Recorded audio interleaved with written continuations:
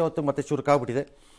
ಕೊಡವೂರಿನ ಮನೆಗಳಲ್ಲಿ ಸಿಲುಕಿದ ಮಕ್ಕಳನ್ನ ವೃದ್ಧರನ್ನ ನಗರಸಭಾ ಸದಸ್ಯರೊಬ್ಬರು ಜೀವದ ಹಂಗು ತೊರೆದು ರಕ್ಷಣೆ ಮಾಡಿದ್ದಾರಂತೆ. ಹೌದಾ? ಆ ಪರಿಸ್ಥಿತಿ ಯಾಕೆ ಬಂತು ಅವ್ರಿಗೆ? ಅಲ್ಲಿ ಯಾರು ಇರ್ಲಿಲ್ವಾ ರಕ್ಷಣೆ ಮಾಡೋರು? ಏನೋ what ever he has done is a good job, ಅದು ಪ್ರಶ್ನೆ ಬೇರೆ. ನಾನು ನಗರಸಭಾ ಸದಸ್ಯ ಅಂತ ನಿಂತ್ಕೊಂಡಿಲ್ಲ, ಅವರು ಹೇಳ್ಬೋದಾಗಿತ್ತು. ಮಾನವೀಯತೆ ಕಾಂಗ್ರೆಸ್ನವರಾಗಿದ್ರೆ ಬಿಜೆಪಿಯವರು ಎಲ್ಲ ಬಿಜೆಪಿಯವ್ರದ್ದು ಅಂತಾನ ಅಥವಾ ಬಿಜೆಪಿಯವ್ರದ್ದು ಎಲ್ಲ ಕಾಂಗ್ರೆಸ್ ಅಂತಾನೆ ಹೇಳಿ ನಿಂತ್ಕೋಬಹುದಾಗಿತ್ತು. ಮೋಸ್ಟ್ಲಿ ಅವರು ಬಾರ್ನ್ ಪಾಲಿಟಿಷಿಯನ್ ಅಲ್ಲ ಅನ್ಸುತ್ತೆ, ಅಚಾನಕ್ ಆಗಿ ಬಂದಿರಬೇಕು ರಾಜಕಾರಣಕ್ಕೆ. ಅದಕ್ಕೆ ಇನ್ನೂ ಒಂದು ಸ್ವಲ್ಪ ಮಾನವೀಯತೆ ಉಳ್ಕೊಂಡಿದೆ ಅವರಿಗೆ ಅಂತ ನನಗೆ ಡೌಟ್. ಏನೇ ಒಳ್ಳೆ ಕೆಲಸ. ಇನ್ನು ನೀರು ಅಂಗಡಿಗೆಲ್ಲ ನುಗ್ಗುಬಿಟ್ಟಿದೆ. ಕಾರವಾರದಲ್ಲೆಲ್ಲ ಸಿಕ್ಕಾಪಟ್ಟೆ ನೀರು, ಊರಲ್ಲಿ ನೀರು ನುಗ್ಗುತ್ತಾ ಇದೆ. ತೋಟಗಳೆಲ್ಲ ಜಲಮಯ. ಕದ್ರಾ ಜಲಾಶಯದಿಂದ ನೀರು ಬಿಟ್ಟಿದ್ರಿಂದ ಹಲವು ಗ್ರಾಮಗಳ ಕೃಷಿ ಭೂಮಿ ಎಲ್ಲ ಜಲಾವೃತವಾಗಿ ಹೋಗಿದೆ. ಅಂಕೋಲಾದ ವಿಭೂತಿ ಫಾಲ್ಸ್ಗೆ ಜೀವಕಳೆ ಬಂದುಬಿಟ್ಟಿದೆ.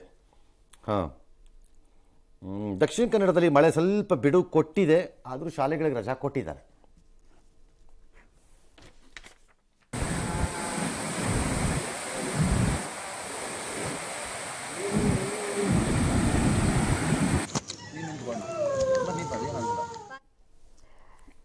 ಮಹಾಮಳೆಗೆ ಪಂಚಗಂಗಾ ನದಿಯ ಅಪಾಯದ ಮಟ್ಟ ಮೀರಿ ಹರಿತಾ ಇದೆ. ಮಹಾರಾಷ್ಟ್ರದಲ್ಲಿ 52 ಸೇತುವೆಗಳು ಜಲಾವೃತವಾಗಿದೆ. ಮುಂಬೈನಲ್ಲಿ ಇಂದು ಕೂಡ ಮಳೆ ಮುಂದುವರೆದಿದೆ. ಗೋವಾದ ಲೋಟಲಿಂ ಬಳಿ ಬೆಳಗಾವಿ ಸಂಪರ್ಕಿಸುವ ಹೆದ್ದಾರಿ ಮೇಲೆ ಗುಡ್ಡ ಕುಸಿದಿದ್ದು ಸವಾರರು ಜೀವ ಭಯದಲ್ಲೇ ಸಂಚಾರವನ್ನ ಮಾಡಿದ್ದಾರೆ. ಇನ್ನು ಗೋವಾದ ಮಂಡೂರ್ನಲ್ಲಿ ಮನೆ ಕುಸಿದು ತಾಯಿ ಮಗ ಜೀವಂತವಾಗಿ ಸಮಾಧಿಯಾಗಿಬಿಟ್ಟಿದ್ದಾರೆ. ಉತ್ತರಾಖಂಡ್ನ ಖತಿಮಾದಲ್ಲಿ ನಿನ್ನೆ ಒಂದೇ ದಿನ ಬರೋಬ್ಬರಿ 431 ಮಿಲಿಮೀಟರ್ ಮಳೆಯಾಗಿದೆ.